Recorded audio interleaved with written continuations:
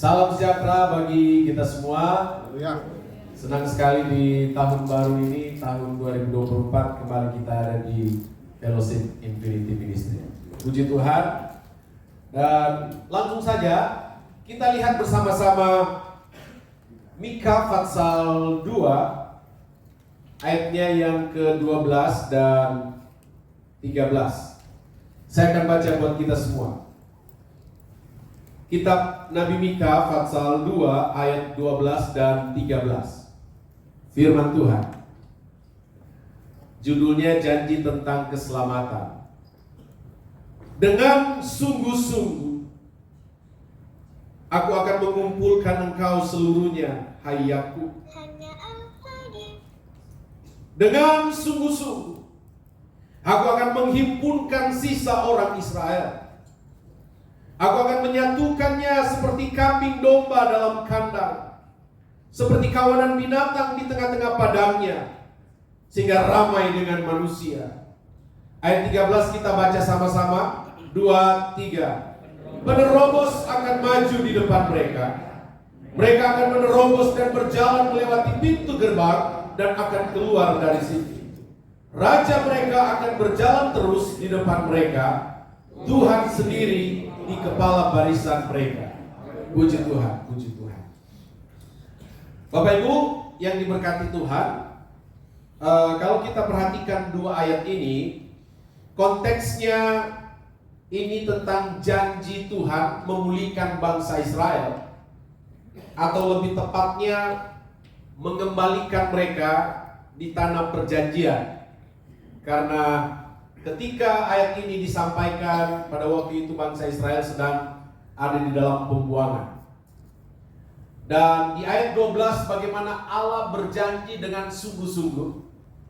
Kemudian ayat 13 itu teknisnya bagaimana itu terjadi. Ya.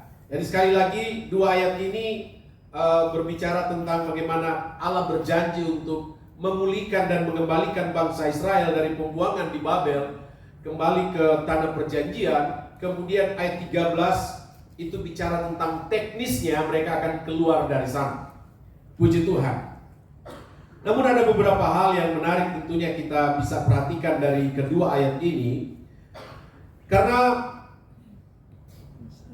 sebagaimana yang kita tahu bahwa dalam sejarah perjalanan bangsa Israel, mereka pernah ditawan di Babel.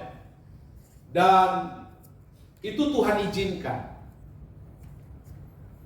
Mengapa mereka diizinkan Tuhan ditawan di Babel? Tentu ada banyak alasannya, tetapi alasan yang sangat-sangat konkret yang Alkitab ungkapkan adalah karena mereka melanggar Sabat tanah.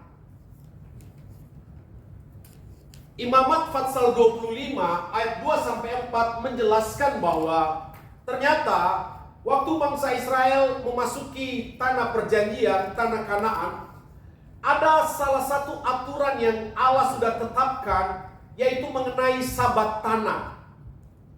Di mana aturan itu berkata begini, bahwa mereka boleh mengerjakan tanah yang dibagikan kepada mereka selama 6 tahun. Dan di tahun ke-7 tanah itu harus diistirahatkan. Dan itulah yang dikenal dengan Sabat tanah. Apa sesungguhnya tujuan dari Sabat tanah itu? Saya melihat paling tidak ada dua tujuan mengenai aturan Sabat tanah itu. Yang pertama, itu bicara tentang teknik bertani.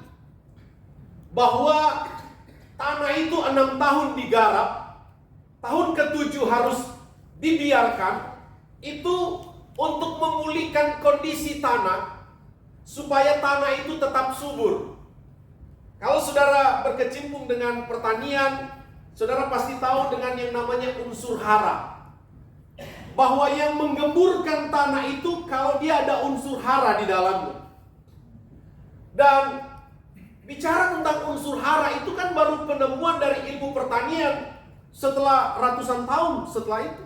Tetapi ternyata Allah sudah tahu lebih dulu bahwa memang di dalam bertani itu harus ada waktu tanah itu diistirahatkan, supaya tanah itu bisa memulihkan kondisinya sendiri, supaya muncul lagi unsur hara di dalamnya yang menyuburkan tanaman. Kemudian yang kedua, maksud dari sabat tanah itu kita bisa lihat itu di dalam Imamat pasal 25 ayat 26, ayat 6 maksud saya, yaitu ternyata sabat tanah itu sengaja dibiarkan supaya para budak-budak bisa memetik hasil panen-panen kalau masih ada. Kalau masih ada sisa-sisa gandum, kalau masih ada sisa-sisa anggur, itu bagian dari budak yang petik itu dan buat mereka. Jadi Tuhan sudah luar biasa mengatur itu supaya ada keadilan. Kira-kira begitu ya. Tapi kan kita semua tahu bahwa sabat tanah itu mereka langgar. Berapa lama mereka langgar sabat tanah itu? 490 tahun. Nah, itulah sebabnya dari 490 tahun dibagi 7 ketemu angka 70. Makanya mereka ditawan di Babel selama berapa tahun? 70 tahun. Itu bisa kita lihat di dalam Yeremia 29 ayat 10. Saya minta tolong Pak Yosia baca. Yeremia 29 ayat 10. Yeremia 29 ayat 10.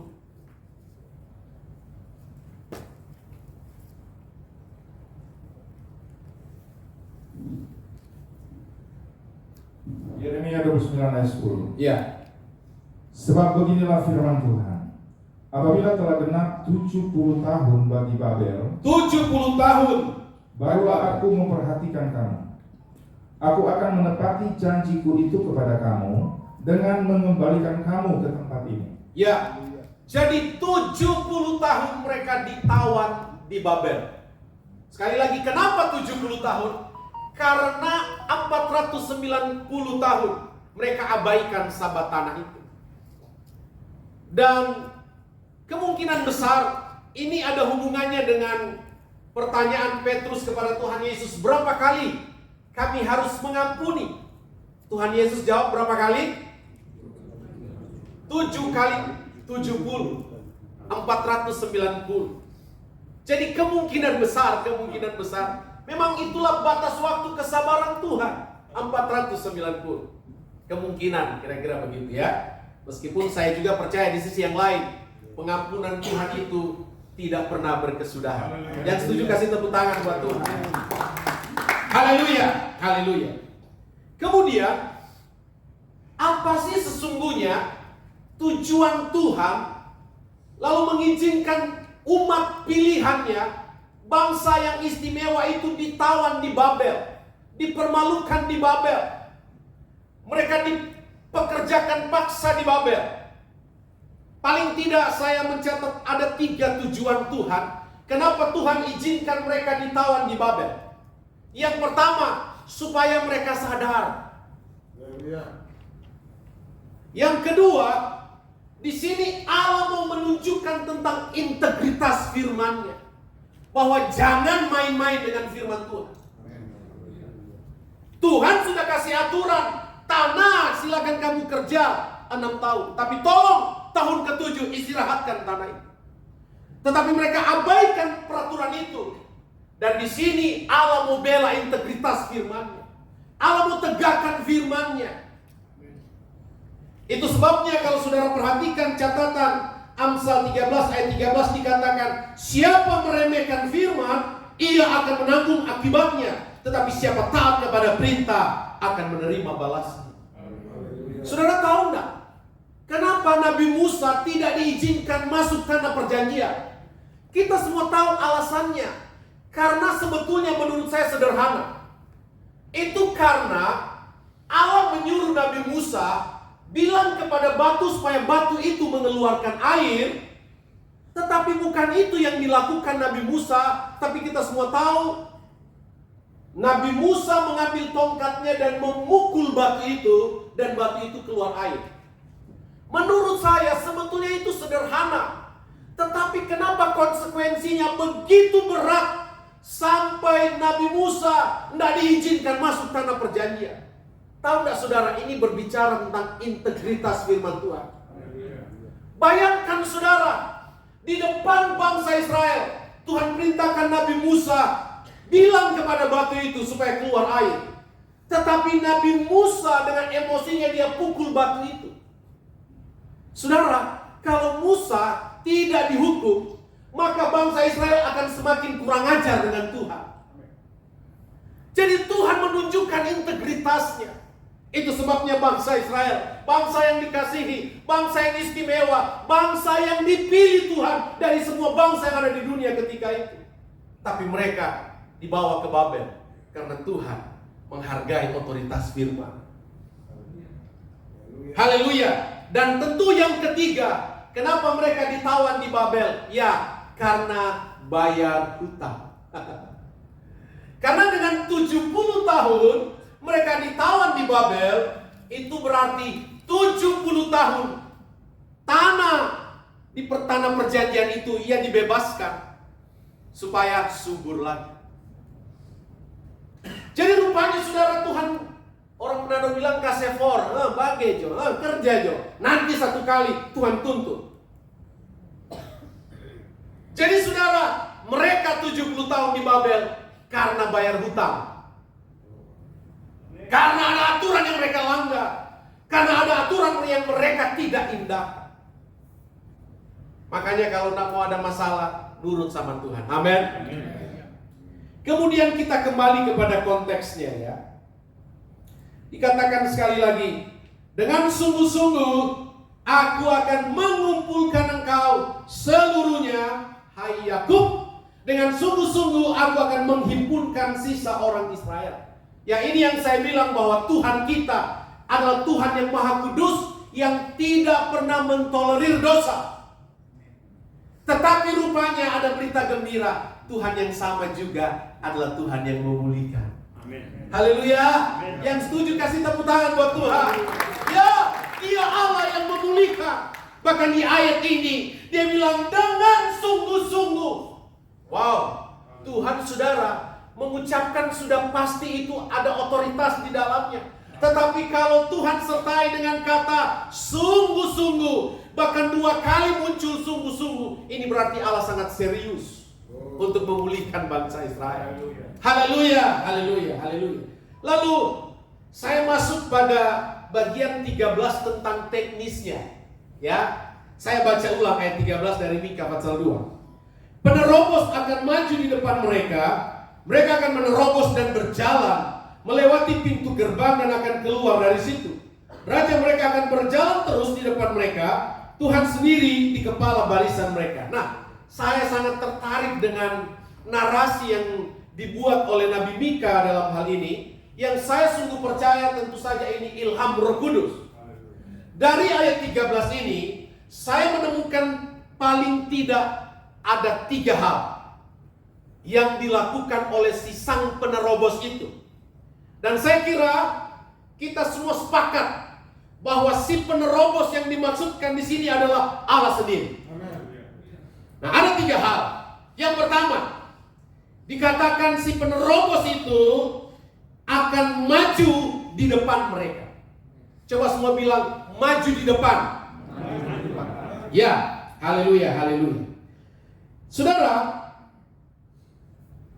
saya memaknai bahwa si penerobos itu dikatakan maju di depan. Artinya apa? Artinya dia yang akan membuka jalan. Amin. Kalaupun tidak ada jalan, dia bisa buat jalan. Itulah Allah kita, sang penerobos berada di depan, artinya dia membuka jalan. Haleluya, haleluya, haleluya. Dan memang kita semua tahu, makanya ada lagu bilang, dia buat jalan saat tiada jalan. Ya, bisa saja mungkin ada di antara kita yang sedang menghadapi masalah dan sepertinya sudah tidak ada jalan. Tetapi tangkap kebenaran firman Tuhan ini. Allah kita penerobos yang bisa membuat jalan bagi saya dan saudara. Haleluya, haleluya. Dan itu kan yang dikatakan oleh Yesaya 43 ayat 19. Dikatakan, lihat, aku hendak membuat sesuatu yang baru, yang sekarang sudah tumbuh. Belumkah kamu mengetahuinya? Ya, aku hendak membuat jalan di padang gurun dan sungai-sungai di padang belantara. Penerobos ada di depan, artinya dia yang buat jalan, dia perintis. Haleluya, haleluya, haleluya. Bahkan Yesus itu adalah jalan itu sendiri. Sebagaimana Yohanes 14 ayat 6. Akulah jalan, aku kebenaran, aku hidup, dan tidak ada seorang pun yang sampai kepada Bapa kalau tidak melalui aku. Artinya Yesus bisa buat jalan bagi setiap kita, tetapi di sisi yang lain dia itu jugalah jalan. Artinya kalau kita bersama Yesus sudah pasti akan selalu ada jalan. Haleluya, haleluya. Lalu yang kedua, ada yang menarik di Mika pasal 2 ayat 13, dikatakan begini, ayat bagian kedua ya, dikatakan begini. Penerobos akan maju di depan mereka. Mereka akan menerobos dan berjalan melewati pintu gerbang dan akan keluar dari situ. Lalu yang berikutnya dikatakan begini. Raja mereka akan terus berjalan di depan mereka. Jadi poin saya yang kedua tentang frasa itu. Ya, raja akan terus berjalan. Coba bilang akan terus berjalan. Akan terus berjalan. Apa maknanya ini? Dengar baik, dengar baik. Saudara, artinya tidak ada yang bisa menghentikan Tuhan kita. Amin. Dan tidak ada yang bisa menggagalkan Tuhan saya dan saudara. Amin. Makanya dikatakan dia akan berjalan terus. Dan Allah kita ternyata Allah yang konsisten. Amin. Dia tidak mungkin di tengah jalan lalu berbalik arah. Nabi Mika bilang dia akan berjalan terus.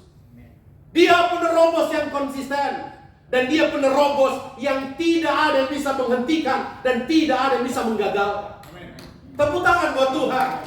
Haleluya, haleluya. Saudara, saya melihat inilah juga penyebabnya kenapa Tuhan Yesus begitu marah dengan murid-muridnya di dalam Injil Markus pasal 4. Ketika selesai pelayanan, Tuhan Yesus mengajak mereka untuk bertolak ke seberang. Kan Tuhan Yesus bilang begini, marilah kita bertolak ke seberang. Markus 4 ayat 40. Lalu Alkitab berkata, di tengah danau mereka dihantam oleh topan, oleh badai yang begitu besar. Lalu dikatakan murid-murid begitu ketakutan. Dan pada akhirnya mereka membangunkan Tuhan Yesus yang sedang tidur di gurita. Dan kita tahu cerita itu. Yesus bangun dan menghardik angin itu. Dan dikatakan angin itu diam dan danau itu menjadi teduh sekali. Saudara, kebetulan mungkin saudara tahu. Kita dari Om Dolphy, dari Om Heri baru pulang dari sana. Oh, haleluya. Dan saudara lama semua agen kayaknya akan ke sana juga. Kalaupun tak ke Yerusalem Samawi.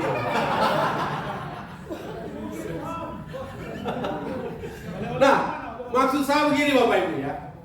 Di Danau Galilea, kami naik perahu. Ada perahu yang memang sudah disediakan. Dan ada ibadah.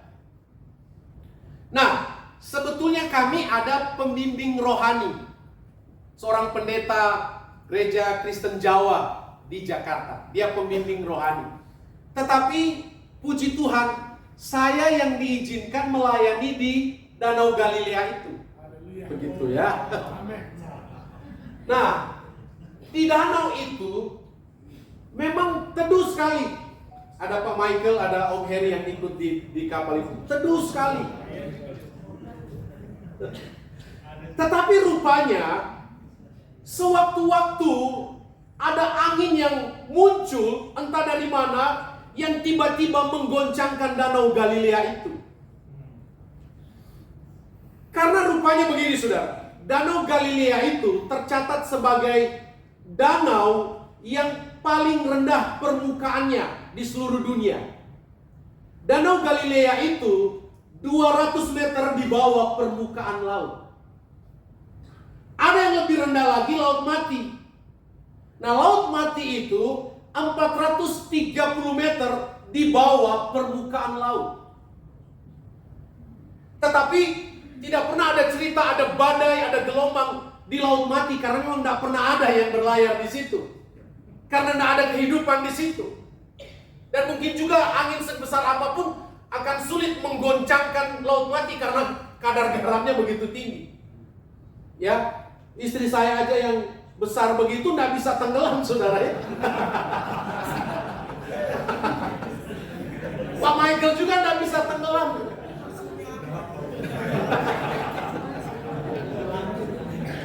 Nah, jadi maksud saya begini saudara ya. Jadi Danau Galilea itu 200 meter di bawah permukaan laut. Dan dikelilingi oleh bukit-bukit dan gunung-gunung. Jadi biasanya kalau angin bertiup kan pasti ikut kontur tanahnya. Kalau rendah dia turun, naik. Sampai di danau dia turun karena 200 meter di bawah permukaan laut. Itu sebabnya angin bergoncang di sana. Dan itu sebabnya ada badai. Lalu kita kembali kepada cerita itu, dikatakan Yesus bangun dan menghardik angin itu diam dan danau menjadi teduh. Lalu yang menarik, Tuhan Yesus bilang begini, kenapa kamu kurang percaya? Yesus dalam hal ini tentu marah. Kenapa? Harusnya murid-murid sadar, murid-murid tahu bahwa ketika Yesus bilang begini, mari kita bertolak ke seberang, itu berarti mereka so pasti sampai di seberang. Karena Tuhan Yesus itu berkuasa, bukan? Murid-murid dalam keseharian mereka melihat bagaimana Yesus melakukan mujizat demi mujizat. Tetapi kenapa dalam hal ini mereka kurang percaya? Harusnya mereka sadar kalau Tuhan sudah bilang, mari kita bertolak ke seberang, so pasti mereka sampai di seberang. Tidak ada yang bisa menghentikan. Badai sebesar apapun tidak bisa hentikan Tuhan. Dan ini yang saya lihat Nabi Mika bilang, bahwa penerobos itu akan terus maju. Dia tidak bisa digagalkan, dia tidak bisa dihentikan, dia akan terus maju. Haleluya, haleluya, haleluya. Termasuk saya mau bilang begini, Tuhan kita punya rencana indah buat kita. Dan rencana Tuhan yang indah buat kita tidak akan bisa dihentikan, tidak akan bisa digagalkan oleh apapun. Haleluya, haleluya, haleluya. Meskipun seringkali rencana Tuhan itu sepertinya tidak terlaksana. Seperti kalau kita tahu cerita tentang Nabi Yunus, bukan? Nabi Yunus disuruh pergi ke Niniwe. Tapi apa yang terjadi? Nabi Yunus pergi ke kota pelabuhan Yafo. Dan dia ambil kapal, bukan menuju Niniwe, tapi kapal menuju Tarsis. Kebetulan kami juga, saudara, kota terakhir yang kami datangi sebelum ke bandara Ben Gurion Tel Aviv di kota Yafo. Haleluya, haleluya. Puji Tuhan, puji Tuhan. Ya, bukan katanya lagi. Dan sampai sekarang Yafo itu kota pelabuhan.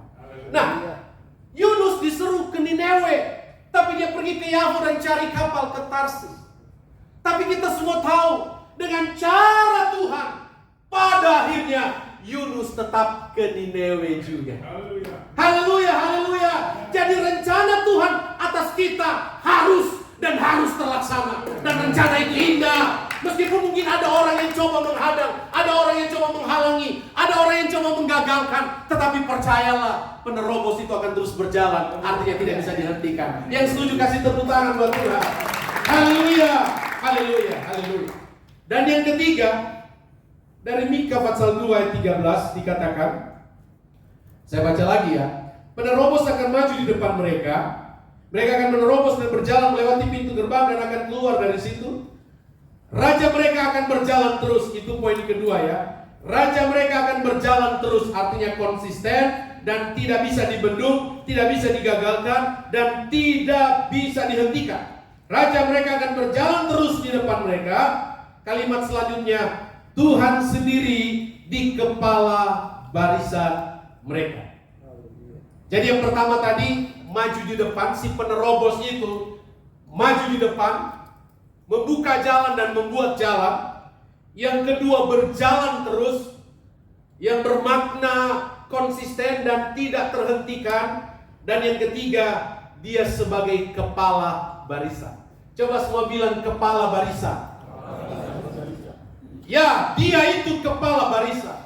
Dia yang memimpin dan dia yang memerintah. Dia bosnya dan kita karyawannya. Dia komandan dan kita prajurit. Dia yang memberi instruksi, dia yang memberi arahan.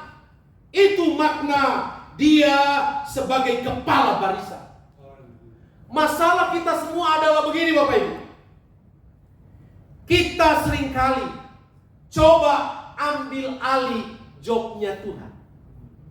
Padahal sudah jelas dikatakan dia itu kepala barisan. Dia itu pemimpin. Dia itu yang memerintah, dia yang memberi instruksi. Tapi kadang-kala sekali lagi kita ambil job itu. Kita coba atur diri sendiri. Dan kita kesampingkan Tuhan. Di situ masalahnya.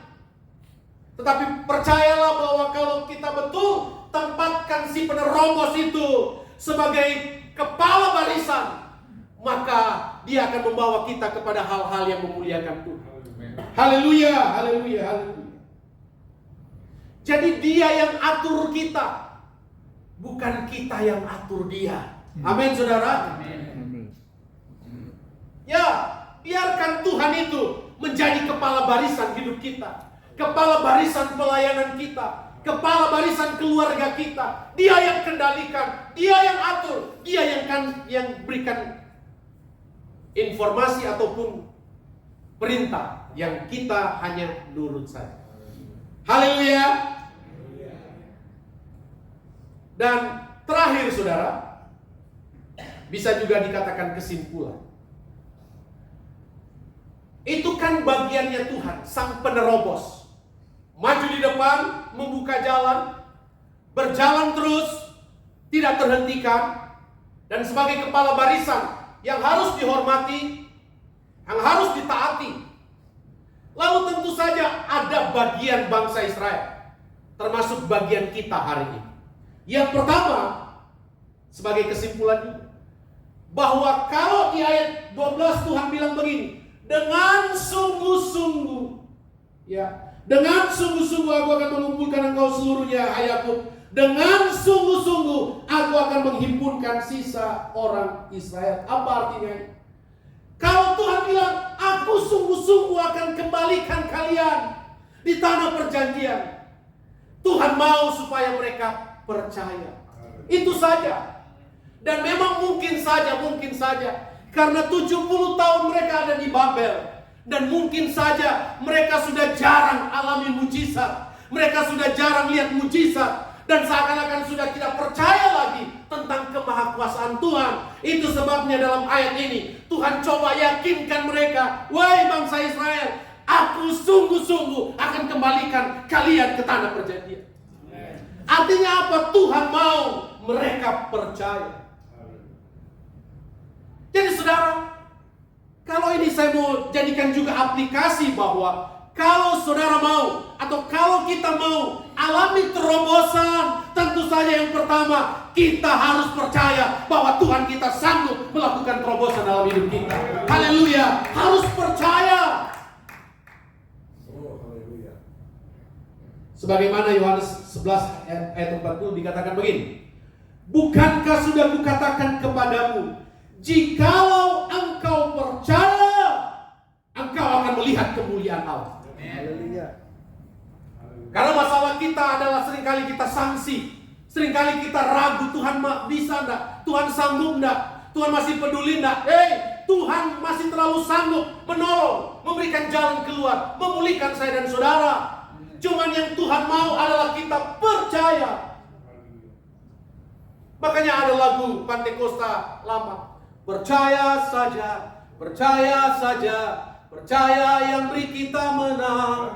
Percaya saja, di dalam darahnya. Percaya yang beri kita menang. Ya, percaya saja. Tuhan sanggup memulihkan. Tuhan sanggup melakukan terobosan. Di dalam Amsal pasal 3 ayat 5 dan 6 dikatakan begini. Percayalah kepada Tuhan dengan segenap hatimu. Jangan bersandar kepada pengertianmu sendiri. Akuilah dia dalam segala lakumu. Akuilah dia dalam segala lakumu. Maka ia akan meluruskan jalan. Atau meratakan jalan. Asal percaya. Amin saudara. Yang kedua,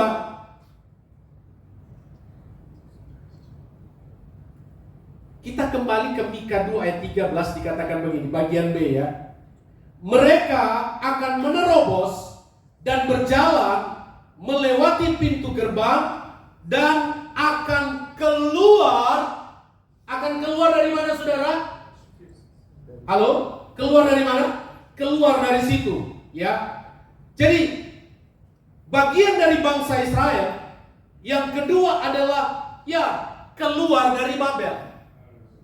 Biarpun Tuhan itu penerobos yang membuat jalan, berjalan terus dan tidak terhentikan, ada di kepala barisan. Tapi kalau mereka sudah keenakan di Babel dan tidak mau keluar, ya mereka tidak akan pernah melihat dan alami terobosan itu. Jadi kunci untuk mereka benar-benar melihat dan mengalami penerobos itu, berjalan di depan mereka dan menerobos, ya mereka harus keluar dari Babel dan ikut dia. Dan saya kira tidak salah kalau saya maknai Babel di sini mengenai hal-hal duniawi, hal-hal kehidupan lama kita yang masih berhubungan dengan dosa. Kalau kau mau mengalami terobosan, tinggalkan Babel, tinggalkan masa lalumu, arahkan pandanganmu kepada tujuan di mana Tuhan sudah janjikan damai sejahtera dan kemuliaan di sana. Tinggalkan Babel. Kita sudah ada di 2024. Sudah tinggalkan yang namanya sakit hati. Tinggalkan yang namanya dendam. Tinggalkan sudah yang namanya intrik-intrik. Mari kita melayani Tuhan dengan ketulusan dan kesungguhan. Haleluya, haleluya. Tinggalkan Babel. Seringkali kita masih terus pelihara yang namanya sakit hati. Kita masih terus pelihara yang namanya akar pahit itu. Seringkali kita masih pelihara yang namanya kesalahan orang itu. Kita masih terus melihat dia pernah bikin salah, dia pernah salah, dia pernah salah. Saudara, kalau saudara mau maju, sudah tanggalkan semua Babel itu. Dan menuju tanah perjanjian, tanah Kanaan. Tepuk tangan buat Tuhan. Haleluya, haleluya, haleluya. Jadi saudara, kalau kita mau alami terobosan, dan apa maksudnya terobosan di sini? Kalau kita kembali kepada konteks, terobosan di sini berbicara tentang pemulihan. Terobosan di sini bicara tentang kelepasan. Terobosan di sini berbicara tentang mengalami janji Tuhan. Dan terobosan di sini berbicara tentang kemenangan di dalam Tuhan. Saya berdoa kita semua mengalami terobosan itu. Haleluya. Tuhan Yesus memberkati. Haleluya, haleluya. Kita bangkit berdiri.